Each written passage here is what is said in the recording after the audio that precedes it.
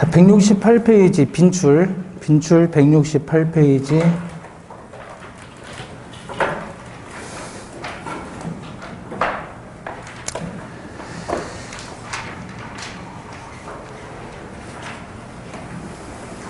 일 번 보시면 갑이 을에게 빈출 168페이지 1번이에요.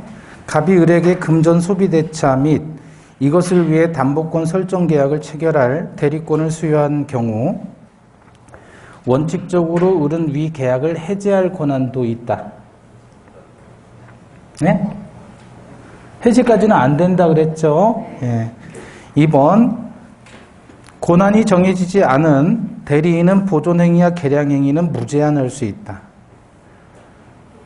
보존행위는 무제한할 수 있지만 계량행위는 관리행위에 해당하므로 성질이 변하지 않는 범위 내에서만 가능하지요. 3번 등기신청행위는 쌍방대리니까 허용되지 않는다. 등기신청은 쌍방대리지만 다툼이 없는 채무이행이니까 허용된다 그랬죠. 4번 수권행위 철회는 임의 대리와 법정 대리의 공통된 소멸사유이다. 아니죠. 임의 대리의 특유한 소멸 원인이 되지요. 5번 대리인에 대한 본인의 금전 채무가 기한이 도래한 경우 대리인은 본인의 허락 없이 그 채무를 변제하지 못한다. 기한이 도래한 채무 변제는 다툼이 없는 채무 이행이잖아요. 요거는 허용됩니다. 6번 대리인이 파산 선고를 받아도 그의 대리권은 소멸하지 않는다. 사파성사 원수 그랬죠.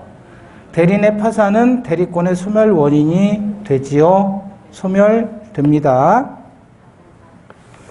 자, 거기까지 보시고 그 다음에 교재 96페이지 보시면 대리행위 나와 있죠. 대리행위. 대리행위는 누구와 누구 사이의 관계입니까? 네? 대리인과 상대방 사이의 관계. 대리권, 대리행위, 효과기소. 이걸 대리의 삼면관계라고 했죠. 예. 자, 뭘 거기다 씁니까? 거기 밑에 보면 대리행위는 대리인과 상대방과의 관계에 관한 문제를 다루는데 이렇게 나와 있잖아요. 그죠? 안 써도 돼요.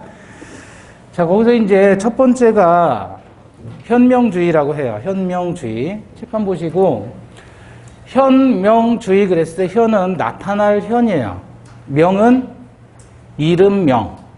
그럼 대리행위 할 때는 대리행위라는 것을 상대방에게 표현해 줘야 된다. 그걸 현명이라고 하는 거예요. 자, 갑이 매수인이고요. 얘가 집사와 그랬어요. 그래서 을이라는 자에게 대리권을 줍니다. 수권을 했어요. 그러면 얘가 을이 갑의 대리인 을입니다라고 해서 병과 매매 계약을 체결한다. 그죠? 그럼 이제 병이 매도인이고 얘가 집 사오라고 했으니까 매수인, 매도인이에요. 그럼 얘는 뭐예요? 을은 대리인. 매매 계약의 당사자는 병과 갑입니다. 다만 매수인의 대리인이 얘하고 계약을 하는 거죠.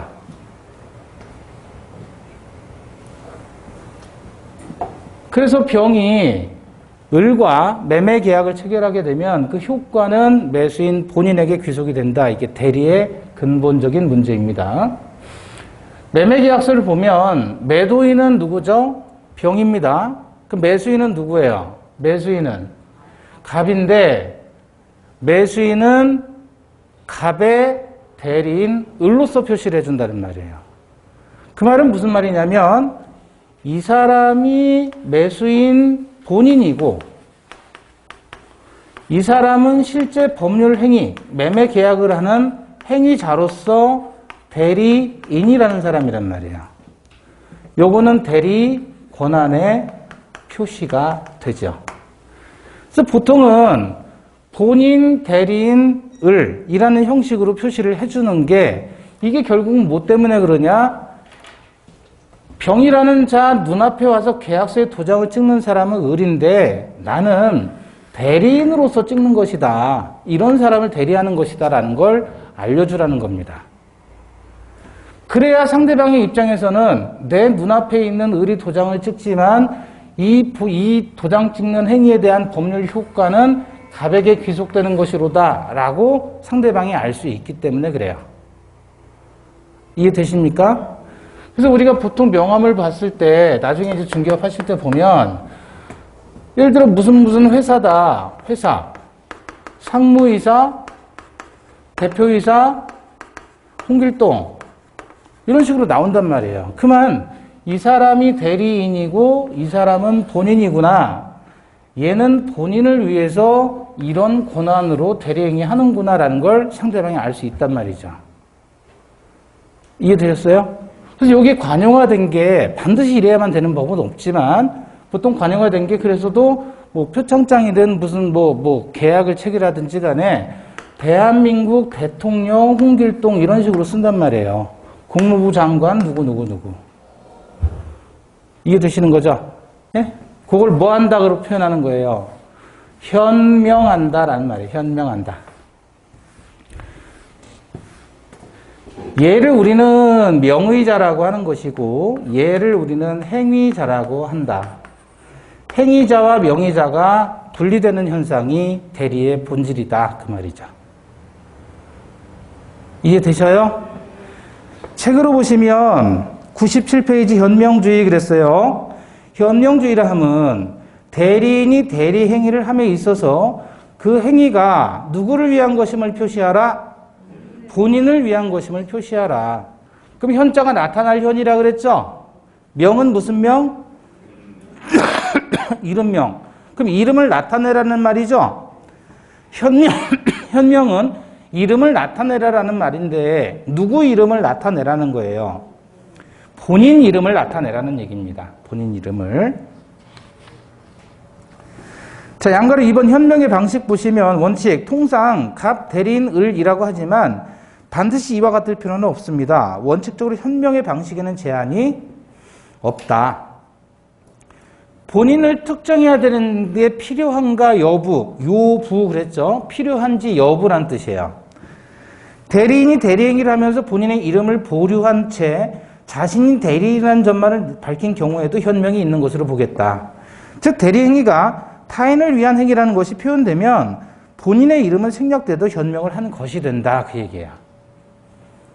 그래서 반드시 갑대리인 을이라는 형식을 사용해야 될 필요는 없지만 보통 그렇게 많이 하고 설령 본인 이름을 표시하지 않더라도 대리라는 형식만 갖추게 되면 이것도 현명이 되는 것이다. 그 얘기죠. 이해됐죠? 자, 이게 이제 이렇게 대리행위 할 때 이렇게 현명을 하라는 거예요. 문제는 현명하지 않았을 때가 문제가 되는 거예요. 그쵸? 현명을 하면 본인에게 효과가 귀속된다라는 게 나타나는 것인데 현명하지 않게 되면 어떻게 되느냐 그거죠. 매매계약서인데 매도인 병 마찬가지 같아요. 근데 매수인란에다가 지 이름만 딸랑 쓴 거예요. 대리인이. 이렇게 되면 현명이 안 돼 있죠. 그럼 상대방 병의 입장에서는 계약의 당사자 매수인이 누구라고 생각해요? 우리라고 생각할 거란 말이에요. 그렇죠? 그래서 현명하지 않으면 원칙적으로 대리인 자신을 위한 행위로 간주합니다. 간주하고 추정하고 같아요? 달라요? 다르죠? 이건 뭐뭐한 것으로 본다라고 법전에 쓰여져 있습니다. 반대의 증거를 제시하면 번복된다, 안 된다, 간주는. 근데 얘는 반대의 증거를 제시했을 때 번복이 돼야 안 돼요? 번복이 된단 말이에요. 그죠? 자, 강근호는 뚱뚱하다. 근데 제가 근육으로 뚱뚱하지 않음을 입증했어요. 그래도 뚱뚱한 거예요. 근데 제가 근육으로 뚱뚱하지 않음을 입증했어요. 그러면 뚱뚱하지 않은 겁니다. 어떤 게 더 세요? 간주가 센 거란 말이에요. 그 사실은 뒤집히지 않는 거예요. 간주가 되는 사실은. 현명하지 않았으면, 즉 이런 형태로 마치 자신이 매수인이라고 표시했지만 현명이 안 돼 있잖아요. 이렇게 되면 이때는 을 자신을 위한 행위로 간주되는 거예요. 그럼 매수인이 누가 되는 거예요? 을이 되는 거예요. 을이 책임져야 되는 거예요. 을이. 본인에게는 효과 귀속된다. 효과가 귀속되지 않는다. 본인에게. 이렇게 되면 본인에게 효과가 귀속이 되잖아요. 근데 이거는 본인에게 효과 귀속되지 않는 거예요. 갑하고는 아무 상관이 없는 거예요. 실제로 수권을 했음에도 불구하고 현명을 안 하면. 그럼 이 경우에 을이 모든 매수인으로서 책임을 져야 되니까 대금도 을이 줘야 되는 거예요. 을이. 병은 갑에게 대금 달라고 요구할 수가 없다는 얘기죠. 효과 귀속하지 않으니까. 현명을 안 했을 때. 왜냐하면 병의 입장에서는 계약의 당사자 매수인이 누구라고 생각하니까 을이라고 생각하니까 을이 책임져야 된다 그 얘기입니다. 그걸 뭐라고 표현하죠? 대리인 자신을 위한 행위로 간주한다. 그럼 간주하기 때문에 을이라는 사람이 실수로 이렇게 할 수도 있잖아요. 얘 마음속의 생각은 이렇게 표시를 해야 되겠다라고 생각을 했지만 얘가 착각을 해서 실수를 이렇게 표시할 수도 있는 거죠. 이 경우에 그러면 나는 착오를 했기 때문에 취소를 하겠다. 나의 의사표시를 취소를 하겠다라고 주장할 수가 없어요. 간주되니까. 착오 주장이 안 된다는 얘기예요. 착오에 의한 의사표시는 취소할 수 있다고 그랬잖아요. 근데 이거는 법에서 아예 을을 위한 행위로 간주를 시켜버리니까 이때는 착오 주장도 안 된다. 현명하지 않게 되면. 아, 실수인데 내 실수를 좀 봐주세요라고 주장할 수가 없다는 얘기예요. 그래서 끝에다가 뭐라고 한 거예요? 을 자신을 위한 행위로 간주한다라고 한 거예요. 아시겠죠? 간주한다는 측면은 착오를 인정하지 않겠다는 얘기입니다. 다만 이 경우라도 예외적으로 원칙은 그래요.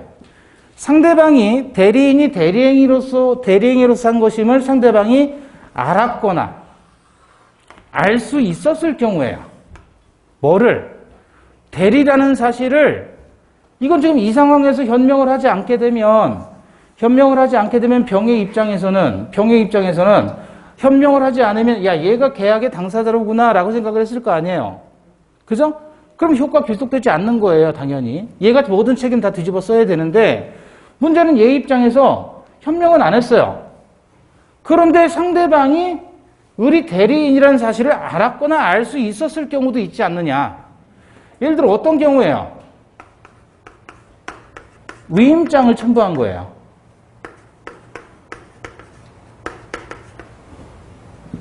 얘가 현명을 안 했죠. 근데 위임장을 첨부했다면 상대방으로서는 이거 대리인이네 라는 사실을 알 수 있는 상황이잖아요. 그때는 대리행위처럼 본인에게 효과 귀속시켜 주겠다 그거예요. 아하, 그러니까 현명하지 않으면 원칙과 예외로 나누어서 이해를 해야 되겠네요. 원칙적으로는 을 자신이 모든 책임을 다 져야 됩니다. 현명을 안 하면. 다만 그렇더라도 현명하지 않았을지라도 대리라는 사실을 상대방이 알았거나 알 수 있었다면 대리행위로 인정을 해주겠다. 따라서 그 경우에는 본인에게 효과가 귀속이 됩니다. 자, 97페이지 교과서 115조를 보면 대리인이 본인을 위한 것임을 표시하지 아니한 때에는 97페이지 밑에 주문 대리인이 본인을 위한 것임을 표시하지 아니한 때에는 그 의사표시는 자기를 위한 것으로 본다 그랬잖아요. 본다 동그라미하고 간주하는 거죠.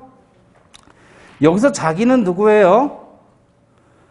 대리인 자기를 얘기하는 거예요. 그러나 단서죠. 상대방이 대리인으로서 한 것임을 알았거나 알 수 있었을 때에는 전조 제1항의 규정을 준용하니까 114조 제1항 직접 본인에 대해서 효력이 발생한다라고 하는 겁니다. 그래서 동그라미 1번 원칙 115조 본문이죠. 대리인이 본인을 위한 것임을 표시하지 아니하고 한 대리인의 의사표시는 대리적 효과 의사가 결여되니까 대리인 자신을 위한 법률행위로 간주합니다. 간주와 추정 두 개 구별하시고 다만 예외 115조 단서죠. 기억. 상대방이 대리인으로서 한 것임을 알았거나 알 수 있었을 때에는 본인에게 효과가 귀속이 된다. 즉 상대방이 악의이거나 과실이 있을 때 그 의사표시는 대리행위로서 본인에 대해서 효력을 발생한다. 니은, 판례는 뭐라 그랬어요? 매매 위임장을 제시하고 매매 계약을 체결했다면 매매 계약서에 대리관계의 표시 없이 자신의 이름을 기재했다고 해서 그것만으로 그 자신이 매도인으로서 타인 소유물을 매매한 것이라고 볼 수는 없다. 이해되셨어요? 참고로 3번, 동그라미 3번 서명대리 경우 이렇게 나와 있죠? 서명대리 경우. 서명대리는 뭐냐면 대리인은 대리인임을 표시해서 의사표시를 해야 되는 것은 아니고 본인 명의로도 할 수 있다. 이를 서명대리라고 한다. 여기 봐봐요. 서명대리는 뭐냐면 매수인란에다가 이렇게 쓰면 정상적으로 쓴 거란 말이에요. 근데 매수인란에다가 지 이름만 꼴랑 썼다. 이러면 원칙적으로 대리인 자신을 위한 행위로 간주한 거예요. 현명을 안 했으니까. 근데 서명대리는 뭐냐면 을이 이렇게 쓴 거예요. 지가 지 이름을 안 쓰고 본인의 이름을 써버린 거예요. 을이. 이해되셔요? 이거는 을이라고 쓴 거고, 요게 아니라 서명대리는 매수인란에다가 을이 갑이라고 쓴 거예요. 을이 썼는데 지 이름을 안 쓰고 본인 이름을 쓴 거예요. 이래도 대리가 되느냐 그거예요. 이런 형태를 서명대리라고 하는 거예요. 이것도 대리입니까? 아닙니까? 대리이다. 다만 100% 대리가 되는 게 아니고요. 이것도 대리의사가 있을 때 얘기고, 만약에 대리의사 없이 이렇게 썼다 그러면 이건 뭐죠? 사무소 위조가 되는 거예요. 그렇잖아요. 아, 지가 을이 갑이 아닌데 갑이라고 지가 쓴 거 아니에요, 을이. 을은 을이라고 써야지. 그렇죠. 이게 범죄 의사가 없이 대리하려는 의사였다 그러면 이것도 대리로서 허용을 해주겠다. 그 얘기가 서명 대리라고 하는 겁니다.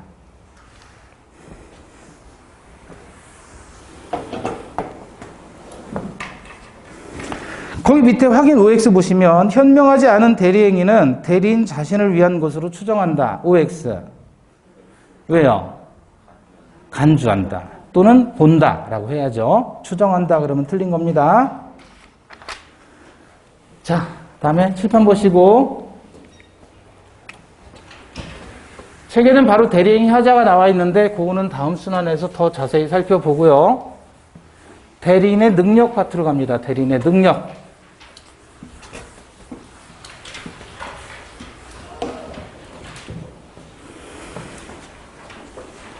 교재는 100페이지. 제 117조에 보시니까 100페이지 117조 대리인은 행위 능력자임을 요하지 않는다 그랬죠. 대리인은 행위 능력자일 필요가 없다는 얘기죠. 자, 칠판 보셔요.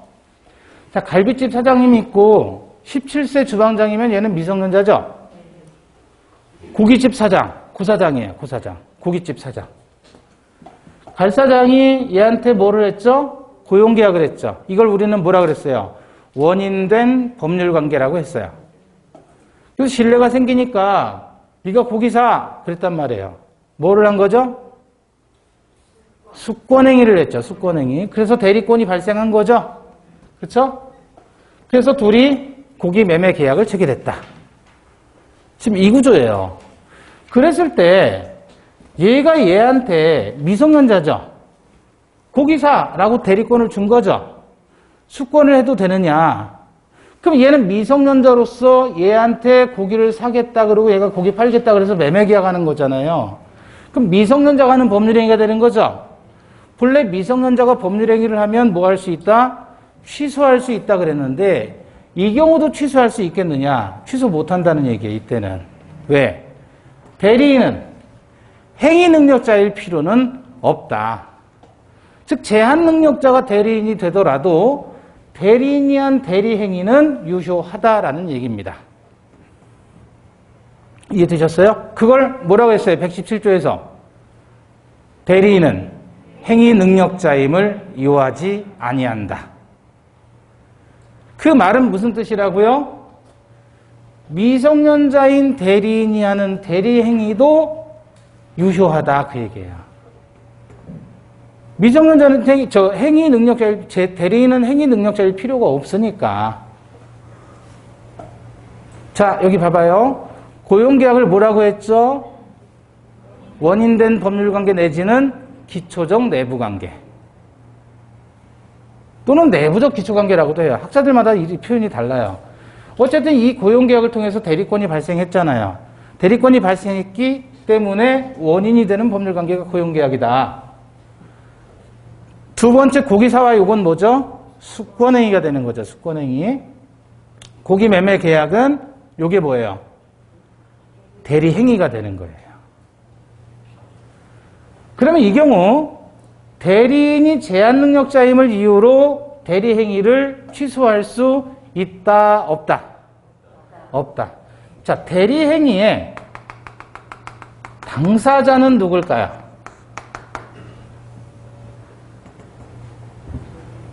매매계약의 당사자는 누구예요?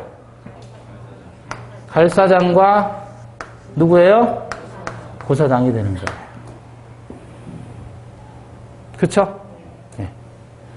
다시 고용계약의 당사자는 누구예요? 당사자 누구? 갈사장과 주방장이 되죠. 대리행위의 당사자는 얘하고 얘예요. 얘는 뭔데요? 얘는 이 대리행위의 행위자, 당사자라고 안 하는 거예요, 얘는. 근데 대리인인 거예요, 대리인. 근데 고용계약의 당사자는 얘하고 얘죠. 갈사장이 주방장한테 우리 가게에서 일할래? 좋아요, 사장님 해서 계약을 한 거 아니에요. 그죠? 근데 얘는 뭐죠, 지금? 미성년자죠? 미성년자가 하는 법률행위는 뭐 할 수 있다? 취소할 수가 있다. 아까는 취소 못 한다면서요. 그거는 대리행위는 취소할 수가 없다는 얘기예요. 왜? 대리인은 행위 능력을 요하지 않으니까. 이 경우에 갈사장은 고사장에게 야, 우리 주방장이 미성년자니까 대리행위 고기 매매 계약은 내가 취소할게 라고 주장할 수가 없어요. 왜? 지가 알면서 미성년자를 지금 대리인으로 임명한 거잖아요. 그쵸? 그런데 원인된 법률관계, 즉 고용계약의 당사자는 얘네 둘이죠. 이 경우에 이건 미성년자가 하는 법률행위니까 미성년자 측에서 뭐 할 수 있다? 취소할 수가 있다. 요거는 구별하셔야 되겠어요. 대리행위를 취소 못한다는 것이지 원인된 법률관계는 얼마든지 미성년자가 당사자니까 취소 대상이 된다. 조금 어렵죠? 자, 거기 책에 양가로 2번 제한능력자인 대리인과 본인의 관계예요. 대리인이 제한능력자라는 것을 이유로 본인은 상대방에게 대리행위를 취소할 수 없는 것과는 별개로 본인과 대리인 간의 원인된 법률관계는 대리인의 제한능력을 이유로 취소할 수 있다는 것과 구별하자. 전술한 주방장 사례에서 대리인이 미성년자인 경우 대리인이 상대방과 체결한 고기매매 계약인 대리행위를 취소할 수 없다는 것이지 본인과의 원인된 법률관계인 고용계약은 미성년자인 대리인이 당사자가 되어야 하는 행위이므로 미성년자 측에서 본인에게 제한능력을 이유로 취소할 수 있다는 것과 구별해야 된다 그랬잖아요. 작은 글씨로. 지금 설명드린 겁니다. 자, 다시 100페이지에 밑에서 둘째 줄. 대리인은 행위 능력자임을 요하지 않으나 의사 능력은 필요하겠죠. 본인이 자의로 제한 능력자를 대리인으로 선임한 이상 그 위험은 스스로 감수하는 것이 당연하기 때문이다. 그래서 민법 117조는 임의대리 아니라 법정대리에 대해서도 적용이 된다. 다만 동조항은 대리인이 제한 능력자라는 이유로 대리인의 대리행위를 본인이 취소할 수 없다는 것을 의미할 뿐이며 본인과 대리인 사이의 내부 문제는 아니라는 점을 주의하자. 같은 얘기입니다. 정리해보면 대리인은 행위능력자임을 요하지 않는다는 말은 무슨 뜻이에요? 대리인이 행위능력을 요하지 않는다는 말은 무슨 뜻이에요? 대리인이 미성년자라도 대리 행위를 취소하지는 못한다는 얘기예요. 근데 그거하고는 별개로 본인과 대리인 사이의 원인된 법률 관계는 얼마든지 대리인 측에서, 미성년 측에서 미성년을 이유로 취소할 수 있다. 그러나 미성년자가 대리행위를 했을 때 이 대리행위의 당사자는 얘가 아니라 얘하고 얘가 되니까 따라서 본인은 이자의 미성년을 이유로 대리행위 취소할 수 없다는 얘기입니다.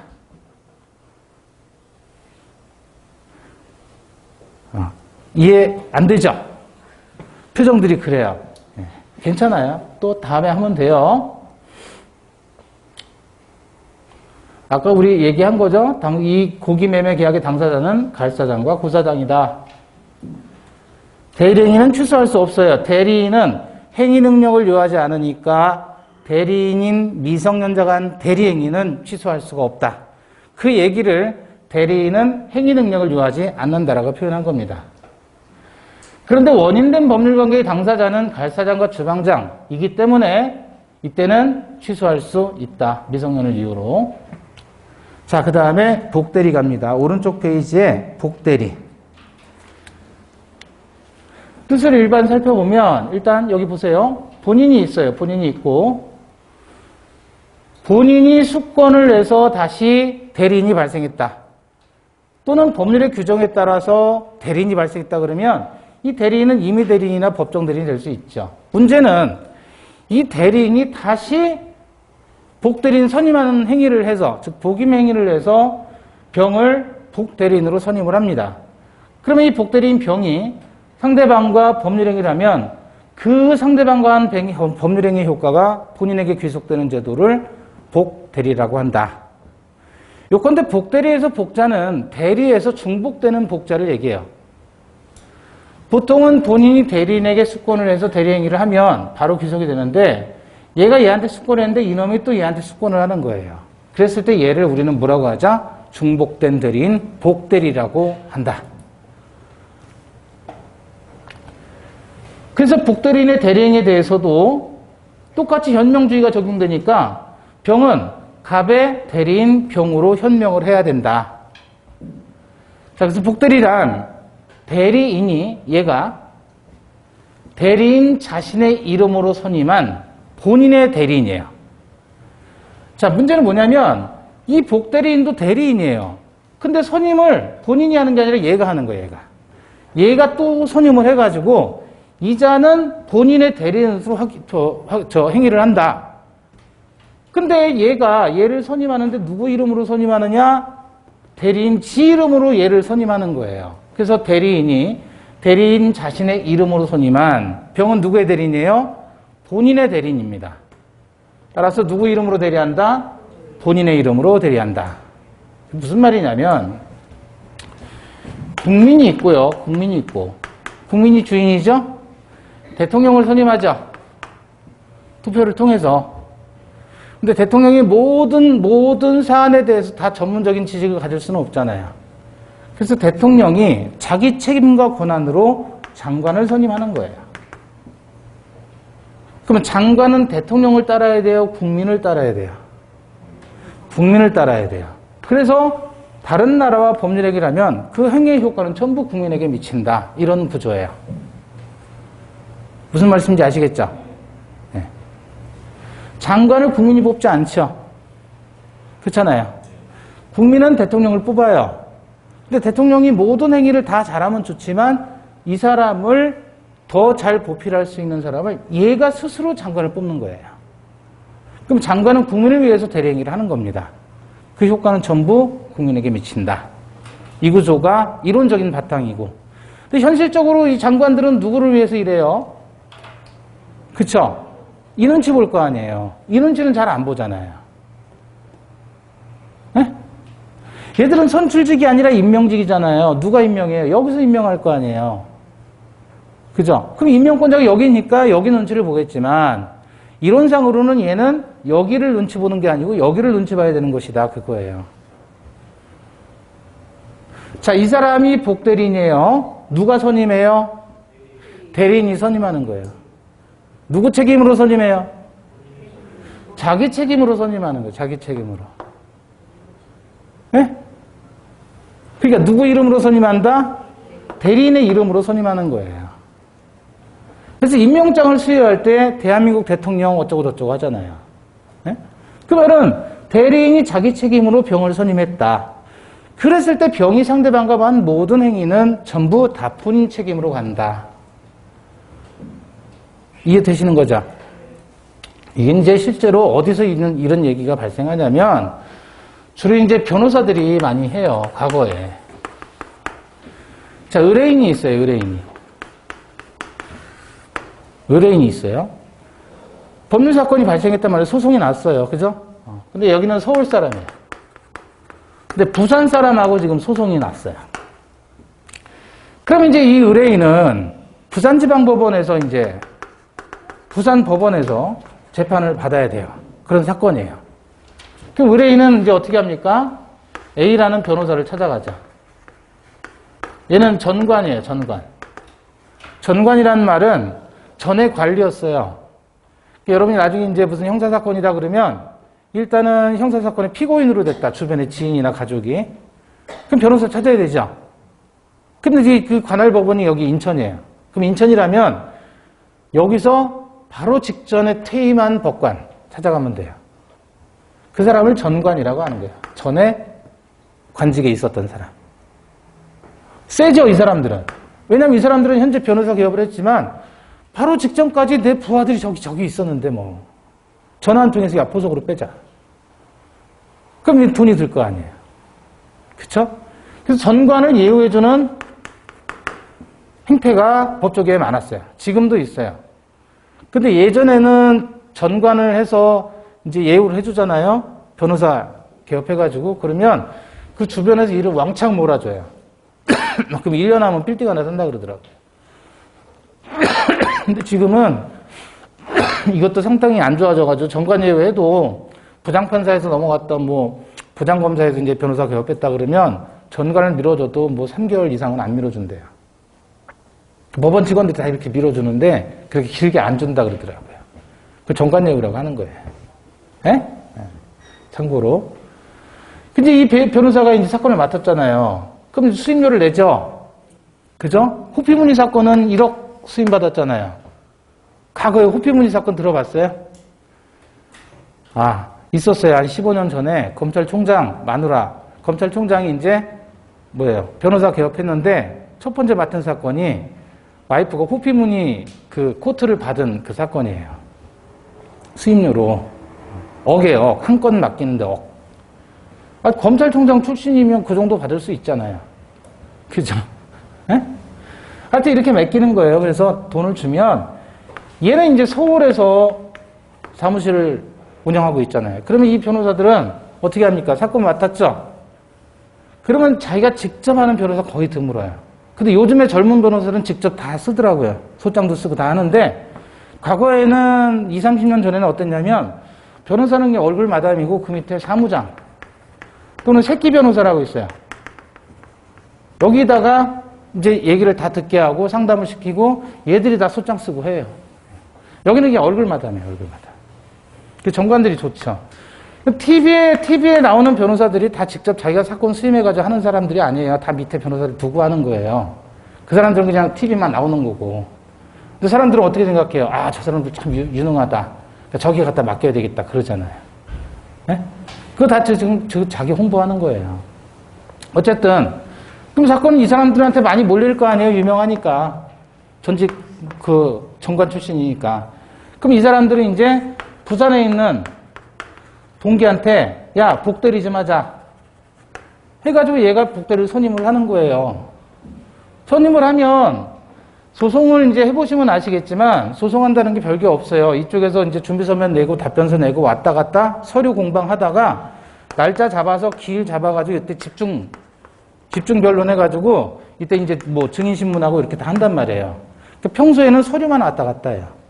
서류 하나 내려 서울에서 부산까지 가면 하루 다 깨지잖아요. 그러니까 부산에 이제 개업한 동기 변호사, 후배 변호사가 있으면 너 오늘 좀 복대리 해라 그래가지고 팩스로 보내주면 얘는 가서 무슨 사건 답변서 제출합니다. 그러면 법원에서는 판사가 다음 기일은 언제를 하겠습니다. 그리고 끝이에요. 그게 변론이에요. 그리고 이제 하루 날 잡아서 내려와서 이때 집중 심리를 하면 되는 거예요. 그래서 우리가 봤을 때 변호사들 별로 하는 일이 없어요. 실제로 그래요. 뭐라고 하냐면 여러분 의뢰인이 돼서 변호사한테 사건 맡기잖아요. 그러면 증거조사 자료 다 여러분이 만들어야 돼요. 변호사가 안 만들어줘요. 실제로 그러니까 드라마에서 보는 그 변호사나 검사가 뭐 현장에 가가지고 조사하고 이런 게 절대 없다. 그럴 시간도 없고. 아시겠죠? 그래서 이게 복대리가 많이 있는 거예요. 주로 이쪽에서. 그러니까 서울에다가 개업을 해도 전국을 상대로 뭐를 할 수 있어요? 복대리를 이용하면 전국을 무대로 해서 뛸 수 있는 게 이 변호사 직업이다. 네? 지금은 많이 인식들이 좋아져가지고 특히 로스쿨 출신 애들이 젊잖아요. 그리고 애들이 막 활동적이잖아요. 그러니까 또 열심히 해요. 열심히 해요. 그래서 과거에 사법시험 출신들하고 요즘 그 젊은 변호사들하고 보면 일단 일하는 활동량 자체가 달라요. 그리고 복대리 하면 약간 좀 뭐라 그럴까? 좀 안 좋은 느낌. 아니, 지가 사건을 맡았는데 왜 복대리를 주냐고요. 복대리는 본인이 알아요, 몰라요? 얼굴도 몰라, 이름도 몰라요. 그렇죠? 복대리가 별로 좋은 건 아니다. 그럼 복대리는 누가 선임한다고요? 대리인 선임해요. 누구 이름으로 선임해요, 복대리인을? 아니, 본인 이름 아니라 대리인 이름으로 선임한다니까. 대리인 자신의 이름으로 선임하는 대리인인데, 이 복대리는 누구 대리인이란 말이에요? 아, 본인 대리인이에요, 본인 대리인. 그러니까 복대리가 하는 행위는 전부 본인이 책임을 져야 되는 거예요. 그죠? 따라서 누구 이름으로 대리한다? 그렇게 현명을 하잖아요, 현명을. 본인 이름으로 현명을 하는 거예요. 본. 아시겠죠? 복대리는 대리인 자신의 이름으로 선임한 본인의 대리인으로서 누구 이름으로 대리한다? 본인의 이름으로 대리한다. 본이에요. 이걸 대본 하면 틀리고 본대 그래 틀리고. 예? 이해되셔요? 본이에요. 제일 많이 틀리는 게 이거예요. 이걸 본인의 이름으로 선임한다. 이게 제일 많이 틀려요, 이게. 이게 제일 많이 틀린다. 이러면 틀리는 거예요. 누구 이름으로 선임한다? 자, 봐봐요. 다시. 느낌을 가져요. 선임은 대리인 이름으로 하는 거예요. 대리인 이름으로. 대통령이 자기 책임과 권한하에 자기 이름으로 장관을 임명하는 거예요. 네? 그렇지만 이 장관은 누구의 대리인이다? 본인의 대리니까 본인 이름으로 대리를 해야 되는 거예요. 본인의 이름으로. 대리하는 건 본인 이름으로 하지만 복대리를 선임하는 건 대리인의 이름으로 선임한단 말이에요. 그러니까 본인은 복대리인을 알아요? 몰라요? 몰라요. 전혀 관계도 없는 사람이에요. 대리인하고 복대리인이 관계 있는 사람이지 본인은 복대리인하고 전혀 상관이 없다. 이때 복대리인 선임하는 행위를 뭐라 그런다? 복임행위라고 하는 거예요. 복임행위. 복대리인 선임행위. 이해되셨어요? 자, 대리인은 얘는 임의 대리가 될 수도 있고 법정 대리인이 될 수도 있나요? 그쵸? 그렇지만 이자가 얘한테 수권을 한단 말이죠. 그러니까 이 복대리인은 언제나 뭐일 수밖에 없어요. 수권을 통해서 발생하니까 임의 대리인일 수밖에 없어요. 복대리는 언제나 성질상 임의 대리다. 또 복대리인을 선임하더라도 대리인의 대리권 자체가 소멸하나요? 소멸하지 않나요? 소멸하지 않는 거예요. 얘 대리권이 있으면서 얘한테도 대리권이 새로 발생하는 거예요. 이해되시나요? 자, 그럼 이 대리인은 크게 누가 될 수 있다고요? 임의 대리인이나 법정 대리인이 될 수 있겠죠. 임의 대리인이다, 임의 대리인이다 그 말은 무슨 뜻이에요? 임의 대리인이다 그 말은 본인이 을에게 뭐를 했다는 거죠? 수권을 했다는 거잖아요. 수권을 했다. 그죠?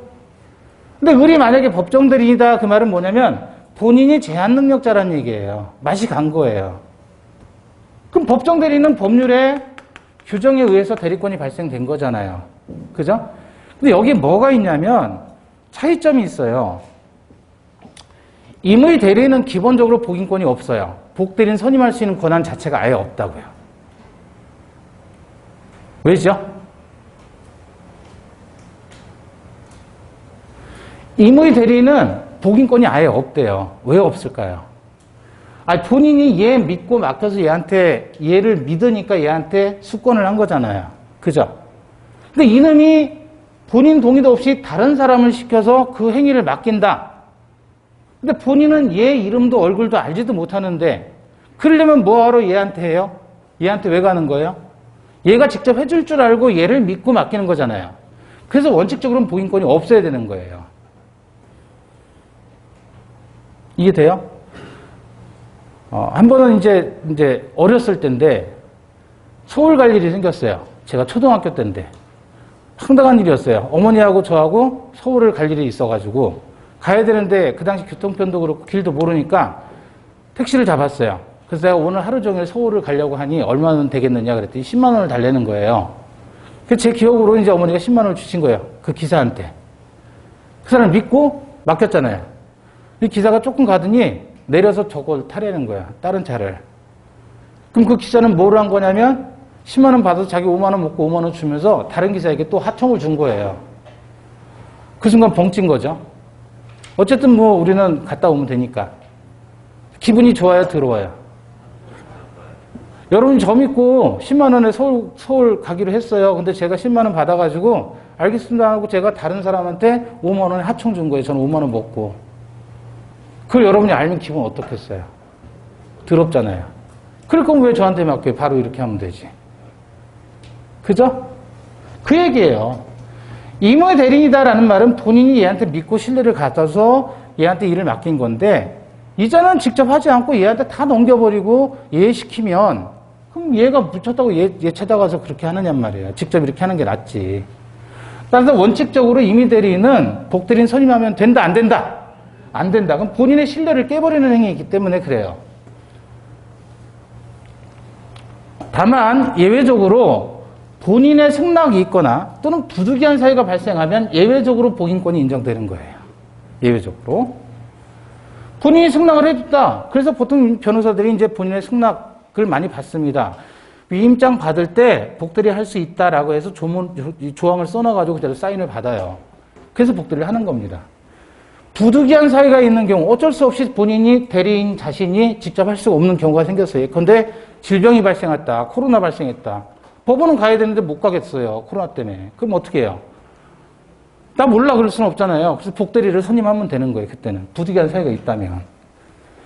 다만 이 경우에 원칙적으로 복인권은 없지만 예외적으로 본인의 승낙이나 부득이한 사유가 있다면 복인권이 있다 그랬죠. 이때는 무슨 책임을 진다? 선임 감독상의 과실 책임을 진다. 자기가 복대리인 선임했으면 자기가 코로나 때문에 법원에 못 간다 그러면 복대리인 선임하고 그러면 감독까지 해줘야 될 거 아니에요.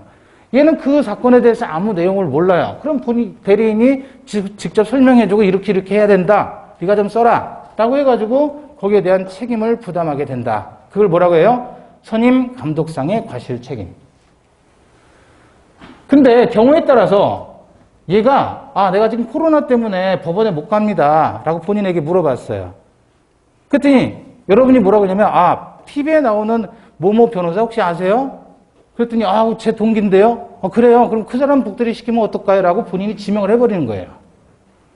그럼 대리인은 그 사람은 교통 전문이고 이 사건은 전문이 아니에요. 그 사람 안 맡기는 게 나을 것 같은데 라고 의견을 얘기해줘야 될 거 아니에요. 본인은 전혀 모르니까. 이렇게 본인이 아무것도 모르고 지명을 했다면 이때는 통지해줘야 된다 그거예요. 그 사람이 적임자가 아니다 라고 을은 갑에게 통지를 해줘야 되는데 그래서 아니다 싶으면 해임까지 해줘야 되고 해임을 또 태만히 했다 그러면 거기에 대한 책임을 지라는 게 통지 해태의 책임이다. 자, 반면 법정 대리인 같은 경우는 원칙적으로 복인권이 있어요. 왜 그러냐면 본인이 애가 미성년자예요. 미성년자? 그럼 미성년자라면 본인의 법정 대리인이 있을 거 아니에요? 그 누구예요? 친권자. 부나 뭐가 되겠죠? 이 사람이 법정 대리인이 되는 거예요. 근데 문제는 미성년자의 재산이 어마무시하게 상속받은 재산이 있는데 얘하고 소송이 걸린 거예요. 다른 사람하고. 근데 친권자 내지는 후견인이 어떻게 됐냐면 법을 잘 몰라요. 예를 들어서 친권자로부터 엄청나게 많은 돈을 상속받은 미성년자가 있다. 얘는 후견인이 필요한 거예요. 후견인으로서 목사님이 후견인이 됐어요. 근데 목사님은 법을 몰라요. 근데 얘한테 소송이 들어온 거예요. 어마무시한 상속을 받아가지고 그 돈에 대해서. 그럼 목사님은 얘는 미성년자니까 어떻게 할 수가 없고, 그러면 이 법정 대리인 목사님은 어떻게 해요? 얘를 위해서 모든 행위를 다 해줘야 될 거 아니에요. 재산상의 법률행위든 뭐든. 미성년자니까. 그래서 원칙적으로 본인 보호를 위한 측면이에요. 본인 보호를 위한 측면에서 부인권을 인정해 주는 겁니다. 대신 여기에 대한 책임은 엄청나죠. 무과실 책임을 부담합니다. 부인권이 있지만 책임은 무과실 책임이에요. 이게 무슨 말이냐면 과실이 없어도 결과 발생에 책임을 지라는 겁니다. 예? 잘못했으면 책임지는 건 당연하죠. 근데 잘못이 없음에도 책임은 져야 되는 게 무과실 책임이에요. 잘못이 없는데 책임을 져야 된다. 이게 뭐라 그래요? 무과실 책임. 100% 결과 발생에 대해서 책임을 지라는 겁니다. 그럼 이 무과실 책임은 무거운 책임일까요? 가벼운 책임일까요? 얘는 대단히 무거운 책임이 된다. 복인권이 있기 때문에 무과실 책임을 강하게 주는 겁니다. 역시 이 경우에도 부득이한 사유가 발생하게 되면 이때는 어떻게 되죠? 선임감독상의 과실 책임으로 변경이 됩니다. 자, 중간에 끊기가 뭐하니까 여기서 잠시 쉬었다가 계속 진행을 할게요. 잠시 쉬었다 보겠습니다.